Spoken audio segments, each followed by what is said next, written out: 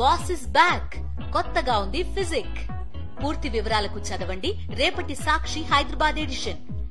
సురేష్ కుమార్ గారు, మీరేం చెప్తారు? 101 స్థానాల్లో కంటెస్ట్ చేసినటువంటి కాంగ్రెస్ పార్టీ కేవలం ప్రస్తుతం 27 స్థానాల నుంచి 29 స్థానాల్లో మాత్రమే లీడ్లో కంటిన్యూ అవుతుంది.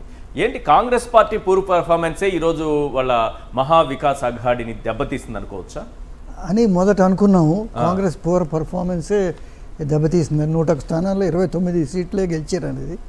బట్ ఇప్పుడు మీరు శివసేన యూబీటీ అంటే ఉద్ధవ్ బాలాసాహెబ్ ఠాకరే పార్టీ కానీ ప్లస్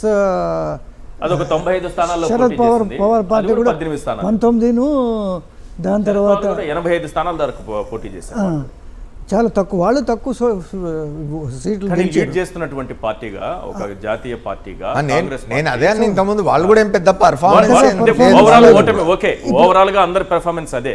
కాంగ్రెస్ పార్టీ 101 స్థానాల్లో పోటీ చేస్తుంది కదా. కాంగ్రెస్ పార్టీది అన్నిటికంటే పర్సంటేజ్ వైజ్ ఏంటంటే కాంగ్రెస్ అన్నిటికంటే పూర్ పర్ఫార్మెన్స్. ఏది 101లో 29 ఎన్నో వచ్చాయంటే 29% ఆఫ్ ద సీట్స్ వచ్చాయి. ఇదే బీజేపీకి చూస్తే 2/3 వచ్చేసాయి. బట్ ఇదే ఒకవేళ ట్రెండ్ కంటిన్యూ అయితే ఇది ఒక స్వీప్ కాదు, ఒక సునామీ కింద లెక్క వేసుకోవాలి. ఈజీగా ఇది స్వీప్ అండి. ఎందుకైతే 200 టోటల్ ఎంత వస్తున్నదండి?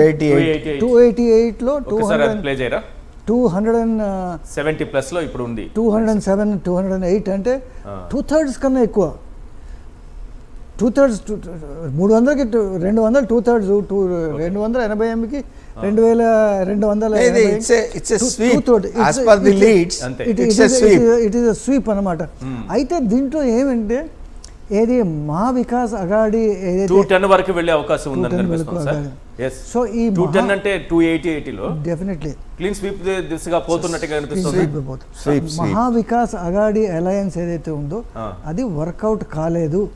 అది ఏం కారణాలు అనేది మనం అది విశ్లేషించాలి. ఎందుకు కారణాలు ఏమిటంటే ప్రజలు శివసేనని కాంగ్రెస్ని వాళ్ళు కలిపి చూడలేకపోయారు అనేది ఒకటి. రెండోది ఏమిటంటే శరద్ పవార్, మీరు ఎంతైనా అనండి, శరద్ పవార్ కాంగ్రెస్ నుంచి బయటకు వచ్చి మళ్ళీ ఇప్పుడు కాంగ్రెస్తో చేతులు కలిపి అంతా చేయడంలో దాని తర్వాత శివసేన ఏమిటంటే శివసేన స్లోగన్ ఏమిటి? బాంబేలోని థానేలోని which is the important reason Marathi మానూస్ అంటే వాళ్ళ మరాఠీలకి అస్తిత్వం మేమే ఇది అనేది. కాంగ్రెస్ ఇలాంటి స్లోగన్స్ యాక్సెప్ట్ చేయదు. ఇది రీజనల్ స్లోగన్స్, దాని తర్వాత ఈ స్లోగన్స్